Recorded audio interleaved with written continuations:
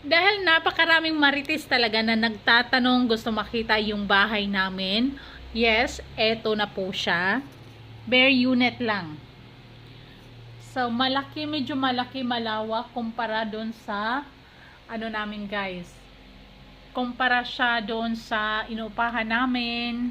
At ang maganda dyan, dahil sarili na namin siyang bahay.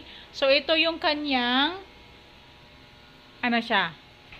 CR. Ayan, malawak siya guys. Malaki yung kanyang CR. So, hindi pa siya masyadong like malinis. At saka wala pa siyang ilaw. Walang ilaw dyan. Yung naka-turn over ito dahil ano siya, bare unit.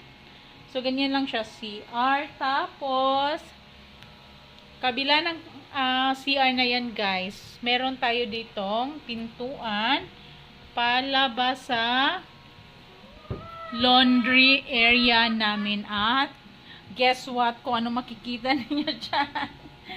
Dalawang mga nukes. Yes, yan yung mga dalawang bisita namin. Dalawang mga nukes. Alam nyo naman yung mga lalaki guys, gusto nila yung mga manok. Ay. At yung sa likod ko, ganyan lang yung itsura niya. Parang ano. So wala pa siyang second floor. Pero pwede kapag marami na tayong pera, pag mayaman na tayo sa pagbablog, marami na tayong pera, yes, ipapagawa natin yan ng yung maganda talaga, yung quality, yung paggagawa. O, di ba? So, tingnan niyo. Sinasabit lang yan. Sinasabit pa lang yan. So, yung pako, nilagyan lang ng pako. Magulo pa siya. Magulo pa siya, yung mga damit. Ayan, ano lang, pinapako lang namin para at least, 'di ba, masampay. Kain tayo.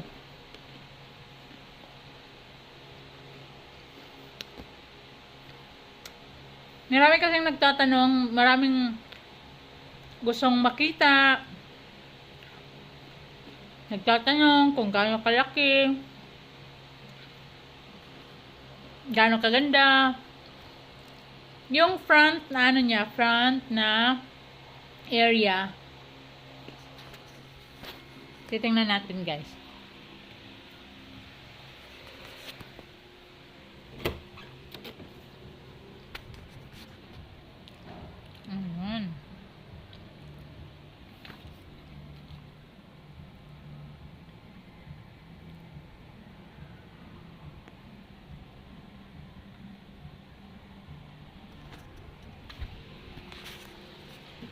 So, ganyan po siya. Ano siya, pang second. Ano talaga siya, malaki talaga siya. Pwede siyang may second floor dyan sa taas. Kapag may budget. Yung iba finish yun. Dapat kasi finish ito, pero nung nagka-pandemic, ina-adjust namin. Hindi na lang siya finish para, di ba, yung budget kasi affected. So, masarap kasi sa pakiramdam kapag bahay nyo na, hindi na ka nangungupahan, hindi mo na problemahin yung monthly, di ba? Saka, yung kapag nangungupahan ka tapos submitter yung gamit ninyo, yung kuryente guys, napakalakas. Pero kapag sarili nyong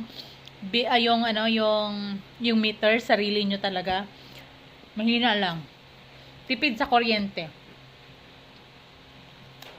Yan. Kain tayo nito. Pambaon sana ng mga anak namin guys. Kaso lang, kinakain ko.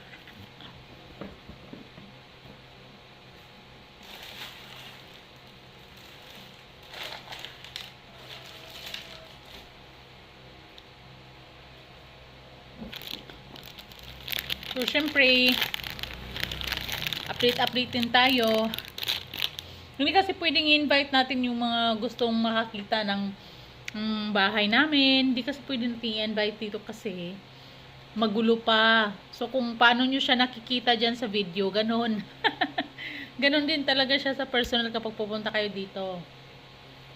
ano lang siya, dahil medyo, ano siya, kapag papasok kayo dito sa subdivision, paakyat,